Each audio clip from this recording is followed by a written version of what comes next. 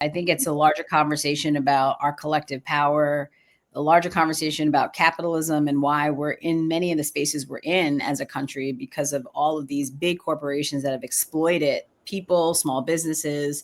But if we were, this is why I think that Target was a great starting point. But I think as our community, we have to remember our collective power. If the CEO of Target can get on an earnings call and say our stock price is down because of changes we made to policy around belonging, that's coded language for we got rid of DEI programs. He left on an earnings call. So it's like, if we can do that, imagine the collective power of our community and where we put our dollars. These companies would have to listen to us. They can't just ignore us. But I think we've been told a lie and a farce around our ability, because we move economies, we move culture, but we don't always believe that.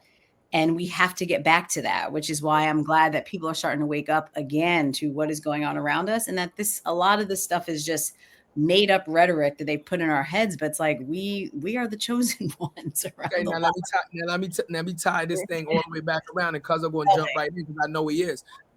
Watch this, because Cuzzo brought this up a couple of episodes ago.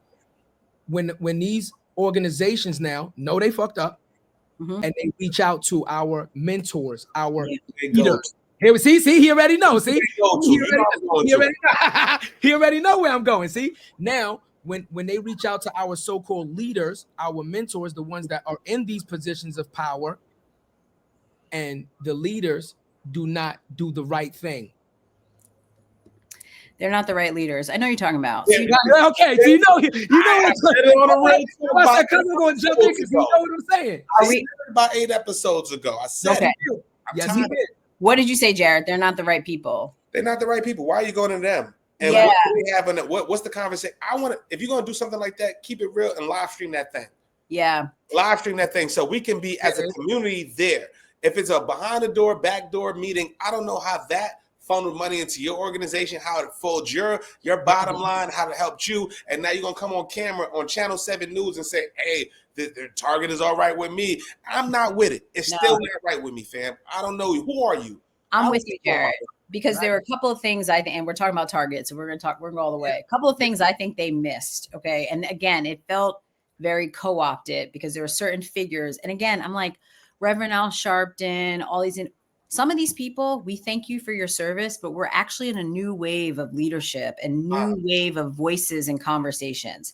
My thing also was why I don't think the people who actually started organizing the boycotts locally were even part of those conversations, which to me, I'm like, that's a miss. That's the community right here. You're headquartered in Minneapolis, right?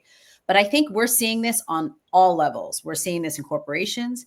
We're seeing this in social enterprises. We're seeing this in politics. People do not want to move over to let new generations of leadership. And I think a lot of the challenges we're in is because generationally stuff is shifting. People want different things. And we're going back to old playbooks that worked before. Again, thank you for your service, but we're in a new phase now. And I think we need to make room for newness, and people don't want to do that. So they don't want to do that. But also too, when you don't know the community, you call Al Sharpton first because you don't necessarily know the community. Right. So listen, I think there's opportunity.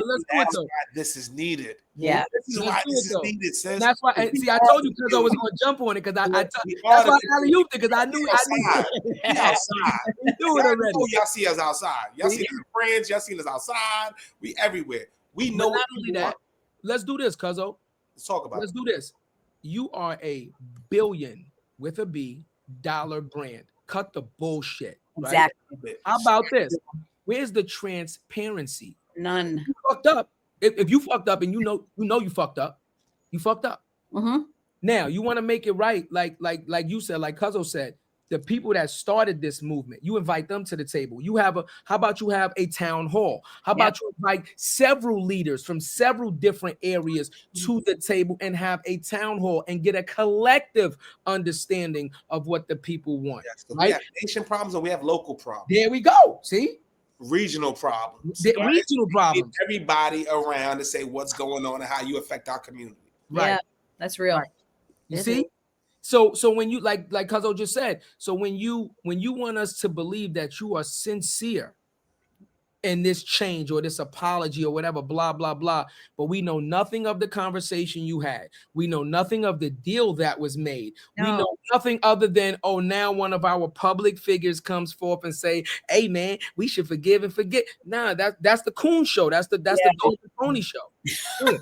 And also too, Target has never publicly apologized.